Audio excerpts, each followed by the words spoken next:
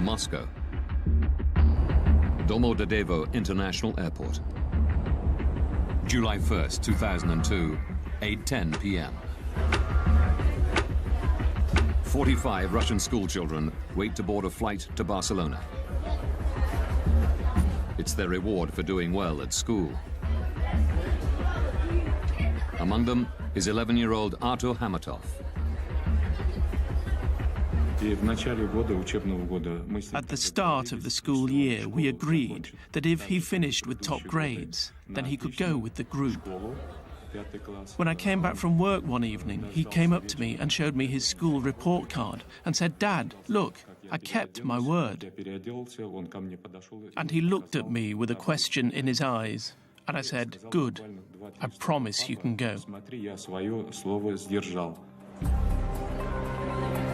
The children are from Ufa in central Russia. They've been delayed in Moscow because they missed their original flight. A replacement has been chartered to take them to Spain. Flight BTC 2937 is now ready for boarding. Also on the flight are Svetlana Kaloyeva and her children, Konstantin and Diana. They're visiting their father, who's been working in Spain for a year and a half.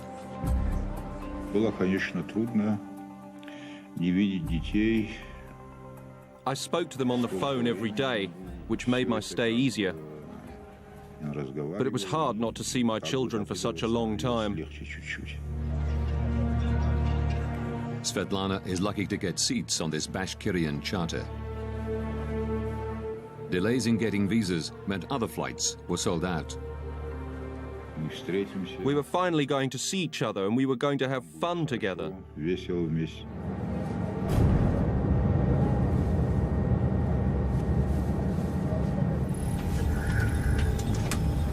The crew complete final preparations. Дамы и господа, вас приветствует капитан корабля. Добро пожаловать на борт башкирских авиалиний.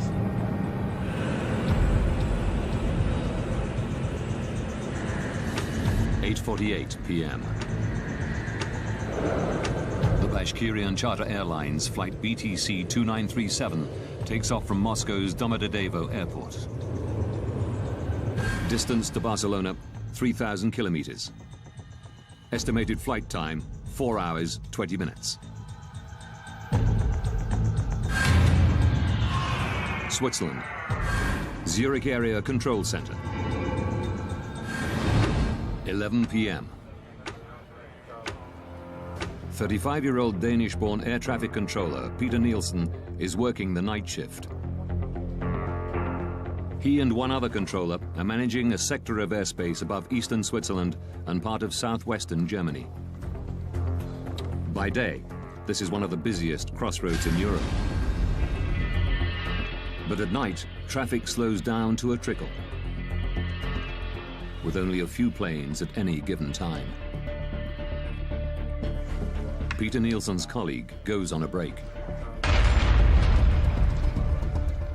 Nielsen is solely responsible for all Zurich area airspace. He sets one radar for traffic passing through his sector, and the other for planes coming into land at nearby Friedrichshafen Airport. But after 11 p.m., there are no scheduled landings. Nielsen can concentrate exclusively on passing traffic.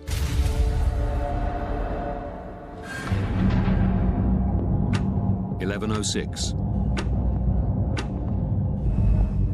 Svetlana Kaloyeva and her children, along with the other passengers on the Bashkirian charter, cruise 36,000 feet above Austria.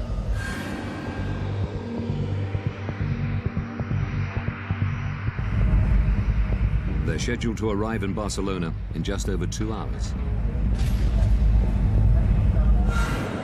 600 kilometers away, a DHL Boeing 757 takes off from Bergamo in Italy. Destination, Brussels. The captain and the co-pilot are the only people on board.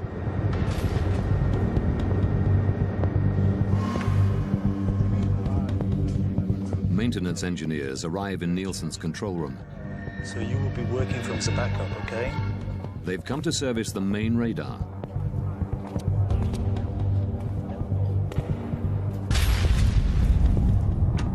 (11:21). The DHL cargo plane, flight DHX 611, enters Nielsen's airspace. The captain requests permission to climb to 36,000 feet. Swiss radar, good evening, DHX 611. DHX 611 identified. Expect a further climb in 4 to 5 minutes. Before allowing them to climb, Nielsen has to regulate traffic. Descent flight level 320. The maintenance engineers now need to work on the telephone system. Work fast, please. 11:25 p.m. An unexpected plane is approaching Friedrichshafen.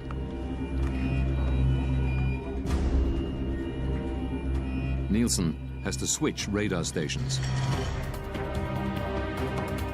A delayed Airbus, flight AEF 1135, is coming in to land.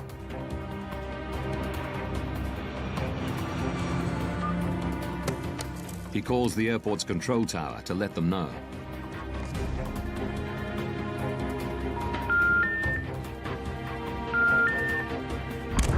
He can't get through. But he still has 10 minutes before the Airbus will land. So he moves back to the passing traffic radar. DHX 611. And gives the DHL cargo plane the go-ahead to climb to 36,000 feet. Climb flight level 360.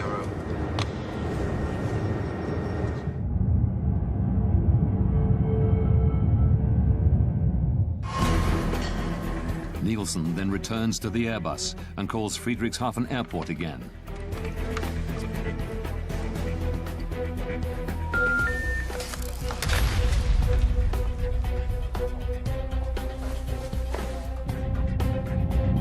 BTC 2937. The Bashkirian charter calls in as it approaches his sector. Station calling, say again? BTC 2937. Level 360. Level... But just as Nielsen acknowledges them, the Airbus contacts him. AEF 1135 is inbound. The final approach fix for ILS runway 24. I expect so. I'll call you back shortly. Nielsen calls Friedrichshafen a third time.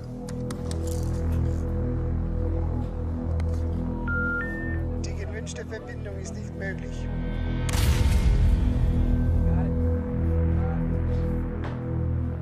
AEF 1135. He radios the Airbus and tells them to contact the airport directly. I lost my phone connection to Friedrichshafen. Could you please call them on your second set? Affirm.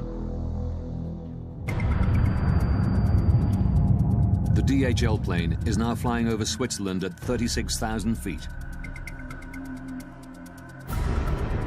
Suddenly, its onboard traffic collision avoidance system, TCAS, sounds an alert. Traffic. At exactly the same time, the Bashkirian plane's TCAS system also squawks.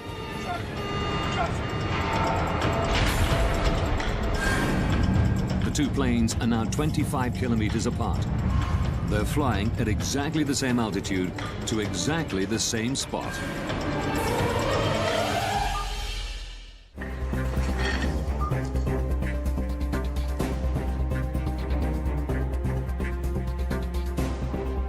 Peter Nielsen suddenly realizes he has an urgent problem.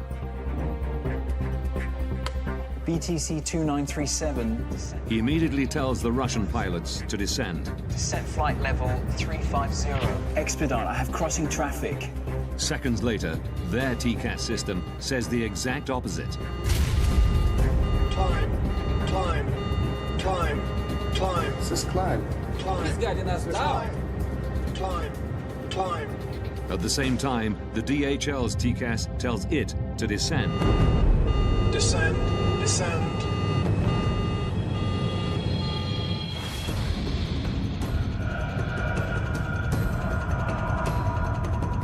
The Bashkirian crew don't know which command to follow. Nielsen repeats his instruction. Expedite, descent level 350, BTC 2937.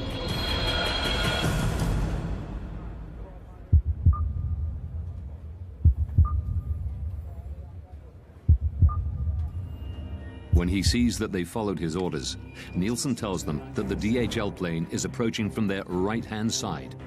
We have traffic at your 2 o'clock position, now at 360. He switches back to the Airbus.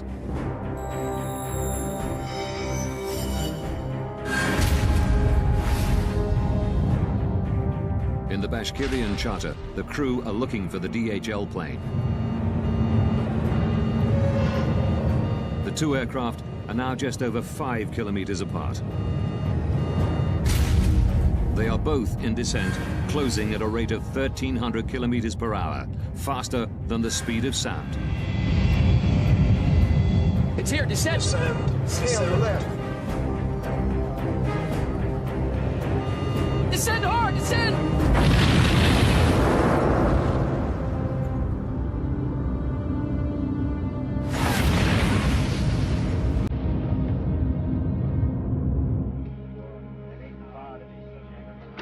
11:35 p.m.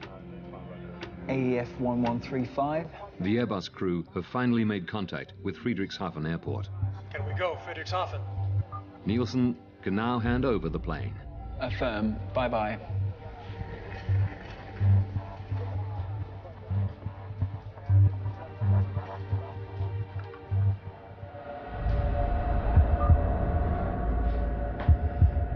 BTC 2937. BTC 2937.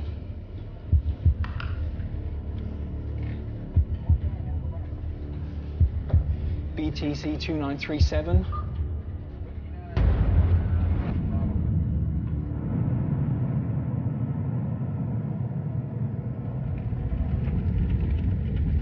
Burning wreckage falls from the sky near Überlingen, Germany.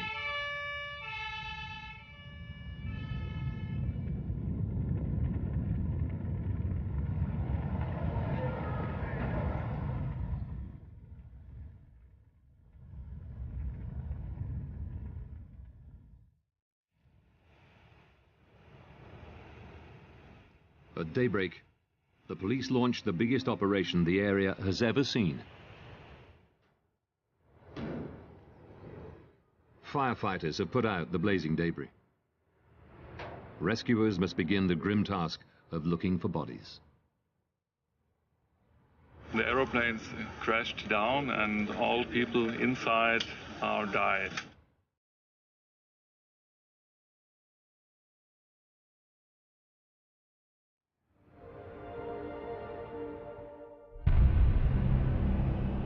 Within days, the victims' families arrive at the scene. Among them is Zulfat Hamatov, father of 11-year-old Artur. Через 2 дня мы полетели в Германию. Это был шок. Мы все были в шоке. It was a shock. Many parents were fainting when we saw the broken plane wings, the broken tail. We still hoped that these children would run in, appear from somewhere, and probably every parent believed in some miracle. Vitaly Kaloyev flies in from Barcelona, holding out for news that his wife and children were not on the flight. One has to be certain. Maybe it was not my aircraft that crashed. Maybe something else had happened. Who can know without proof? Investigators confirm his worst fears.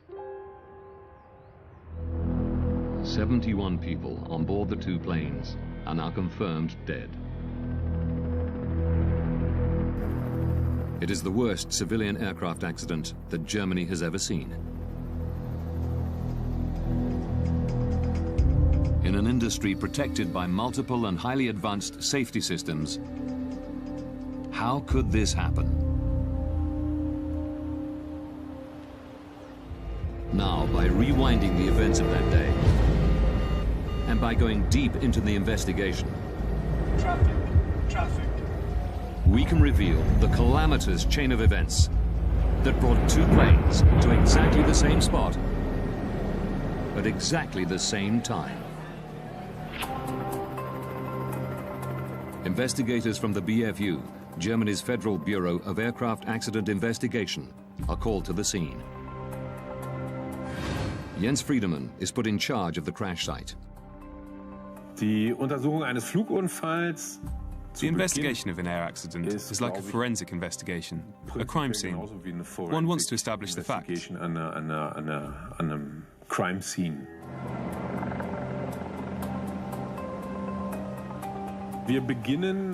At the accident site, we start in total chaos. There's wreckage lying around everywhere. Also da liegen viele Wrackteile.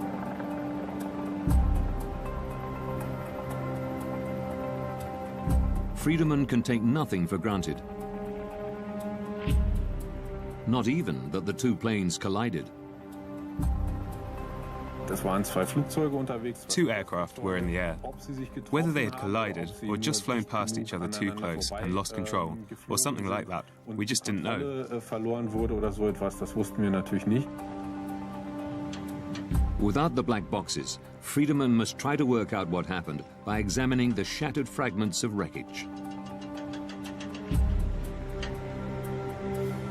Key pieces are brought to a specialized storage facility in northern Germany.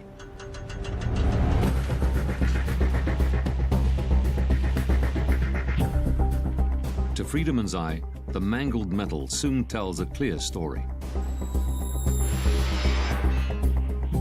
The Boeing made contact with the Tupolev in one spot. The vertical tail section was broken off. The Tupolev was damaged around the left wing and on the left-hand side of the fuselage. There was also evidence of a collision on the underside of the right wing. The wreckage reveals that the DHL cargo plane and the Bashkirian charter did collide mid-air. We now know what happened. The question is, why did it happen? How could it happen that they got so close? At the crash site, amidst the fragmented pieces of the two planes, investigators have finally found what they've been looking for: the black boxes from both planes.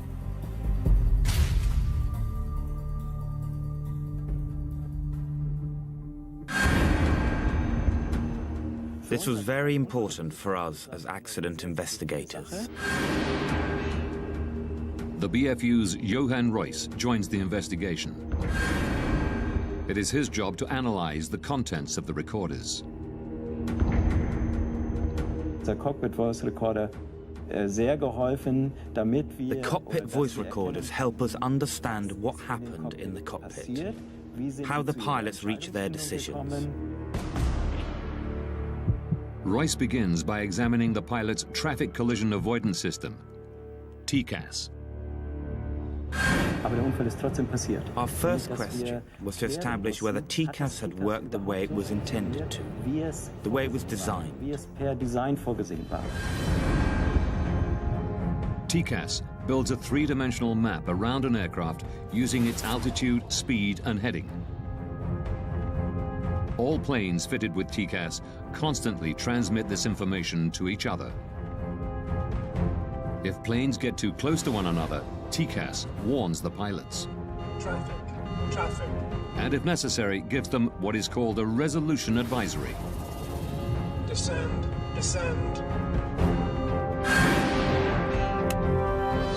Examining the black box, Reuss quickly establishes that the system had worked the way it was supposed to. Traffic.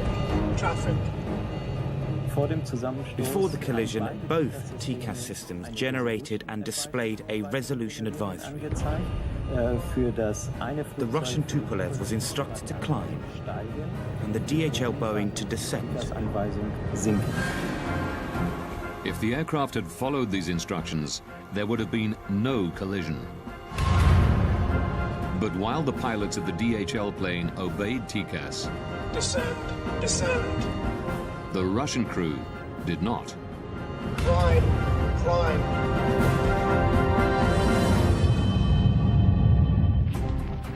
Experts from the United States are headed to the scene of the deadly mid-air collision of two aircraft in southern Germany. The Überlingen mid-air collision is now world news. The media are speculating freely and looking for someone to blame. The pilot of the Russian plane is said to have ignored repeated instructions from air traffic controllers. Why did the TCAS device meant to avoid collisions, in this case maybe help cause one? And why didn't the Russian plane descend when first ordered? A language problem? Controller commands are always in English. Black box recordings quickly eliminate one theory. Zurich, good evening. BTC 2937, level 360. Wir haben mit diesem Cockpit Voice Recorder With the cockpit voice recorder, we were able to establish that language was not the problem. The Russian crew understood English perfectly well. But the recorders reveal a surprising fact. Climb, climb. This is climb. He's getting us down.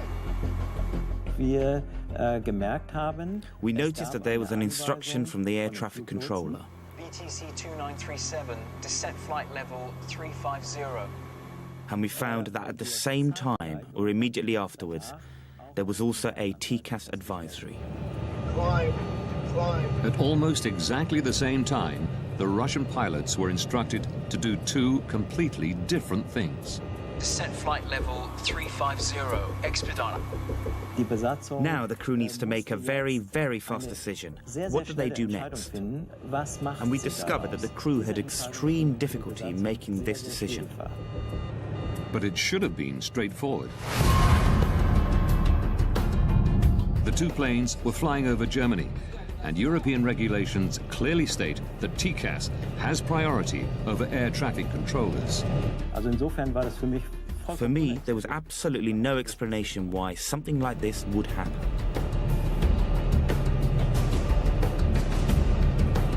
Climb, climb.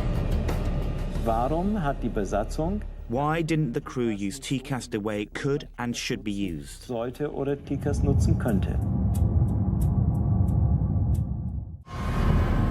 By April 2001, TCAS was mandatory in most of the world. But investigators discover one notable exception: Russia. Could it be that the Russian crew did not know how to use TCAS? Rustam Mustafin is a former Bashkirian pilot. He confirms that even though not standard for domestic flights, planes flying overseas were specially fitted with TCAS.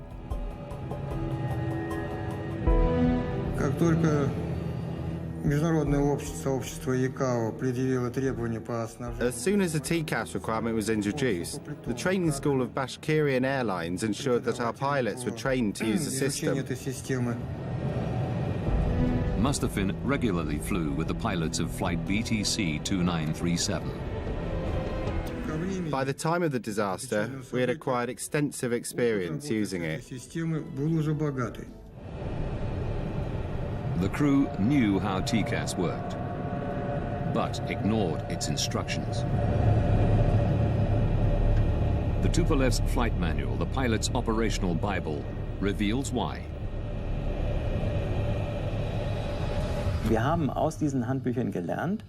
We learned from these manuals that the orders from air traffic control always have a higher priority.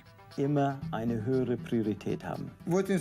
operations manual at the time stated that the air traffic control command was to be given precedence over TCAS in the event of the system issuing an alert.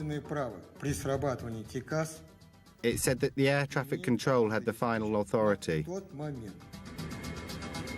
Contrary to European regulations, the Russian crew were trained to use TCAS only as an advisory system and could choose to follow the controller's instructions if they wanted.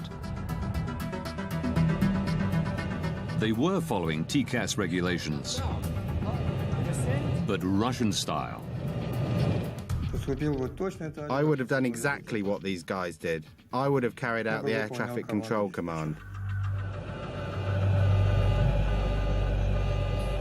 Suddenly, we were able to understand why the crew acted the way they did. Investigators have discovered why both planes were in descent. While the DHL crew had followed TCAS, the Russian pilots obeyed air traffic control.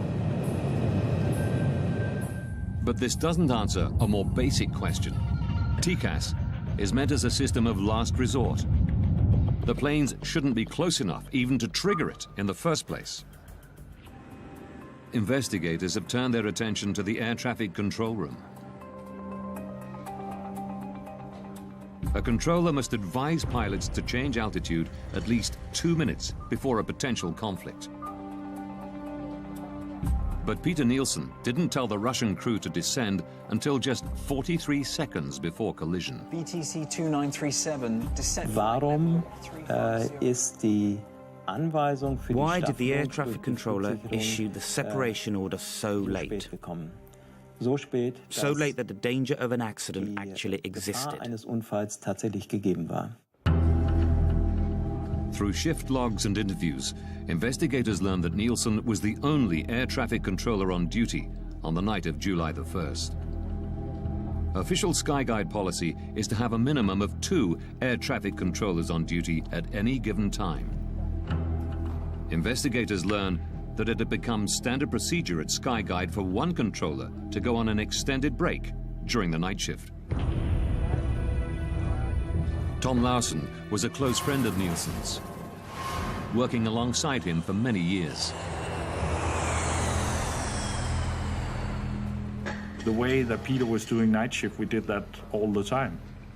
There would only be one controller because there was very little traffic.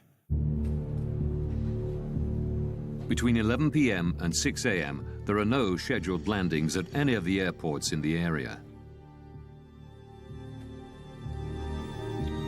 But then, at about 11:25 on July the 1st, 2002, Nielsen is presented with an unexpected landing. There was an approach into Friedrichshafen Airport, which he had to coordinate. It's very unusual that one aircraft comes at that time for Friedrichshafen. I guess that the controller was a little surprised about that. Regulations state that Nielsen must contact the airport control tower before bringing the delayed plane in for landing. This should be routine. One push of a button and the phone connects directly to the Friedrichshafen tower. But records show that Nielsen can't get through. Investigators learned that because of maintenance work, Nielsen's phone system was in backup mode. Even then, the controller should be able to make a call at the push of a button. But a technical examination of the phones reveals a terrible problem.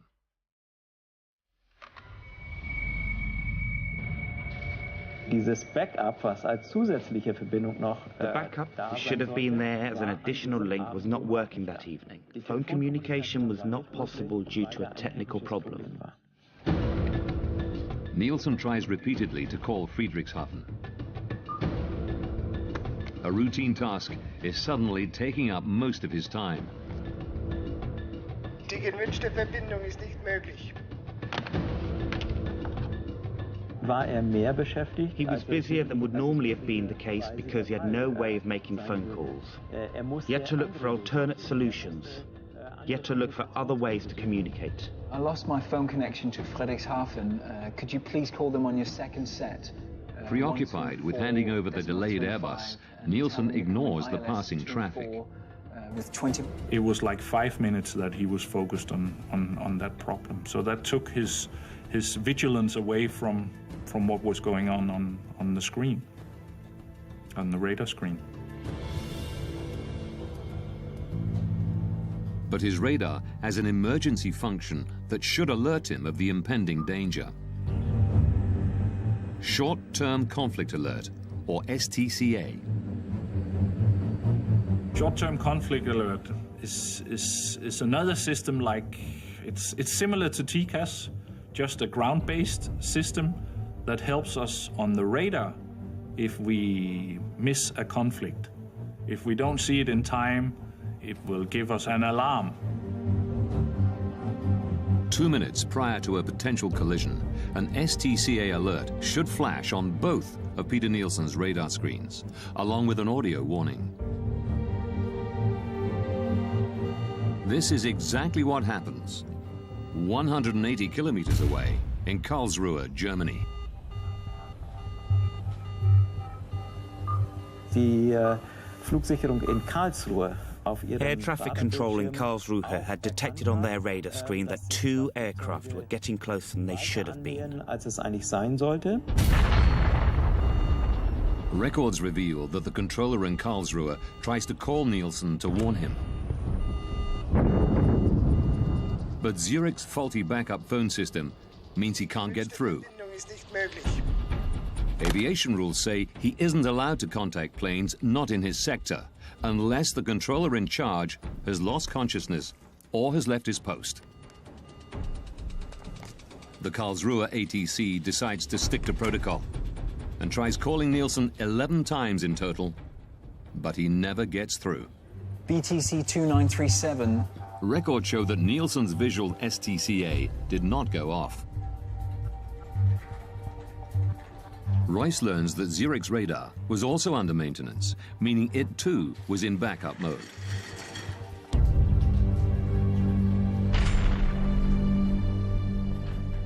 Durch die geplanten Arbeiten an dem The planned maintenance work on the radar system meant that not all the functions present during normal operations were actually available.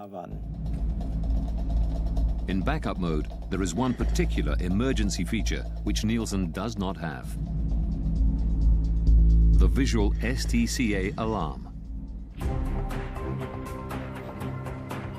It's the final piece of the puzzle to explain why Nielsen didn't order the Russian plane to descend until a mere 43 seconds before collision. Die Untersuchung hat für uns gezeigt, dass the investigation showed us that a series of unlucky events all came together for air traffic control. zusammengekommen sind. Had Nielsen heard the STCA alarm before the plane's onboard TCAS systems kicked into action, there would have been no conflict and the accident would have been avoided.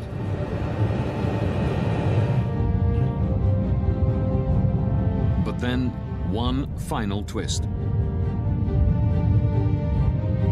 19 seconds before collision, Peter Nielsen tells the Russian pilots that the DHL plane is approaching from their right-hand side. We have traffic at your 2 o'clock position, now at 360. Where is it? It is actually approaching from the left, the 10 o'clock position.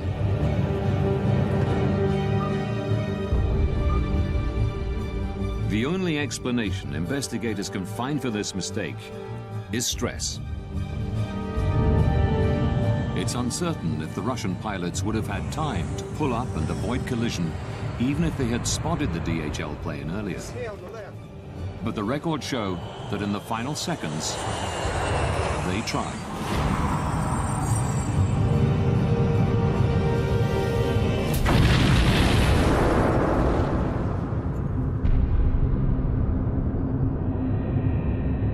Upon impact, the Bashkirian charter breaks into 4 pieces. Without its tail fin, the DHL cargo plane spins uncontrollably to the ground.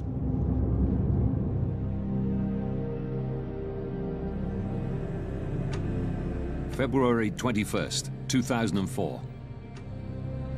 As investigators write up their final report, Vitaly Kaloyev flies to Zurich. He's become obsessed with finding somebody to blame for the death of his wife and children. I wanted to hear them say, "We are responsible, but forgive us if possible." They killed so many children and nothing had happened. No apologies, no expressions of sorrow, nothing. Nielsen still worked at Skyguide, but was moving into areas of safety analysis. Kaloyev found where he lived. I went to see the controller. I knew he had been on duty that night. All this had to be brought to an end. Everything had to be closed. I didn't want to wait any longer and decided to finish this myself. Nielsen came out. He was taller than me. I showed him the photos of my children lying in their coffins. He pushed my hand away. Then he got what he deserved.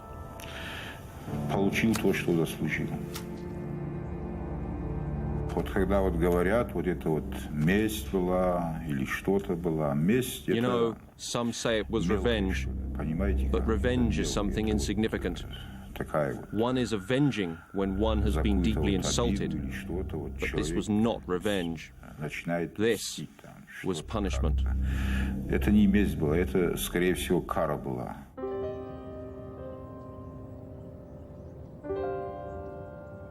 In Switzerland, a man has been arrested in connection with the killing of an air traffic controller who'd been on duty when two planes collided 2 years ago. Hunted down and stabbed to death in front of his family. Murdered for a fatal mistake. Peter Nielsen was 36 years old. He and his wife had 3 children. After his arrest, Vitaly Kaloyev is held in a psychiatric institution, while the court decides whether he's mentally fit to stand trial. Kaloyev is convicted of premeditated killing and sentenced to 8 years in a Swiss prison. In November 2007, he's released after an appeal determines that he had acted with diminished responsibility because of the deaths of his wife and 2 children. Vitaly Kaloyev is unrepentant about his actions.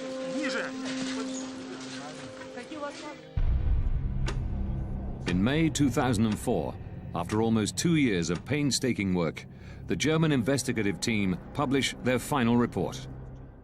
It's now possible to rewind the events of that fatal day, following the evidence uncovered during the investigation.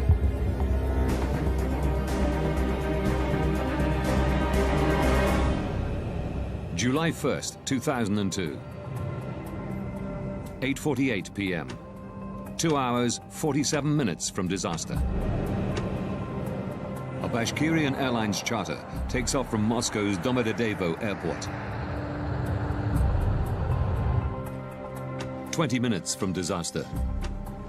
At the Zurich Area Control Center, 2 air traffic controllers are on duty. One goes on a break. Peter Nielsen is now working alone. 12 minutes, 33 seconds from disaster. A DHL cargo plane enters Nielsen's airspace and requests permission to climb to 36,000 feet. 9 minutes, 49 seconds from disaster. A delayed Airbus is coming in to land at Friedrichshafen Airport. Nielsen tries to call the airport to hand over the flight. But his phone system is in backup mode due to maintenance, and the backup system has a fault. 5 minutes, 21 seconds from disaster. The Bashkirian charter radios Nielsen. It's flying at 36,000 feet and is about to enter his airspace. Good evening, BTC 2937. 2 minutes from disaster. The Bashkirian and DHL planes are now at the same altitude, less than 44 kilometers apart, closing in on each other faster than the speed of sound. The Short-Term Conflict Alert, or STCA, should now warn Nielsen of the impending collision. But his radar is also in backup mode, so the STCA is not fully functioning. 43 seconds from disaster. Nielsen finally notices that the 2 planes are on a collision course. He immediately tells the Russian pilots to descend. Descent flight level 350. Seconds later, TCAS goes off in both planes. It tells the DHL pilots to descend. Descend, descend. And the Russian crew to climb. Climb. He's guiding us down. Nielsen is unaware that both planes have been issued advisories. He repeats his instructions to the Russian pilots. 2937. Descent flight level 3. Russian guidelines allow pilots to make their own decisions in such conflict situations. Here, they follow Nielsen's command. Both planes are now in descent. 19 seconds from disaster. Nielsen believes the conflict is resolved. But before signing off, he tells the Russian crew that the DHL plane is approaching from the right. In fact, it's approaching from the left. 3 seconds from disaster. The Russian crew have spotted the DHL plane. They pull up, but it's too late. Descend hard, descend!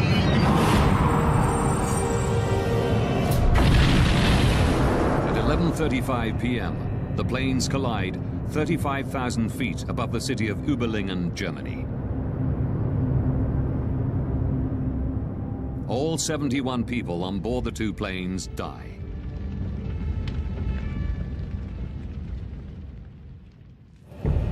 The German investigative report concluded that Peter Nielsen and the Russian pilots had made serious mistakes.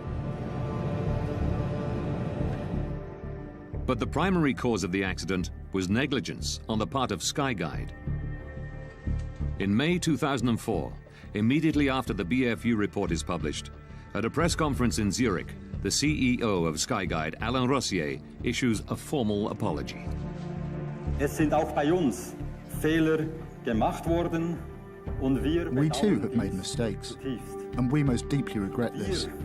We take responsibility, as outlined in the German investigation report. And we ask the families of the victims for forgiveness.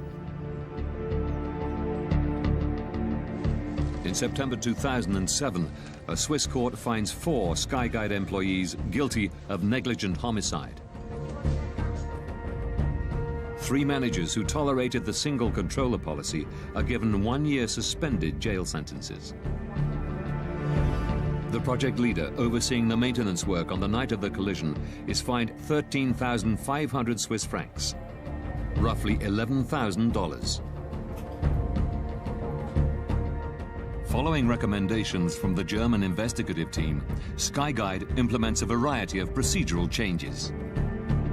They now ensure there are always 2 controllers on duty, even during the quiet night shift. Nobody will ever find themselves in Peter Nielsen's position again. Investigators also recommend that international and regional TCAS regulations be standardized, along with aircraft operations manuals.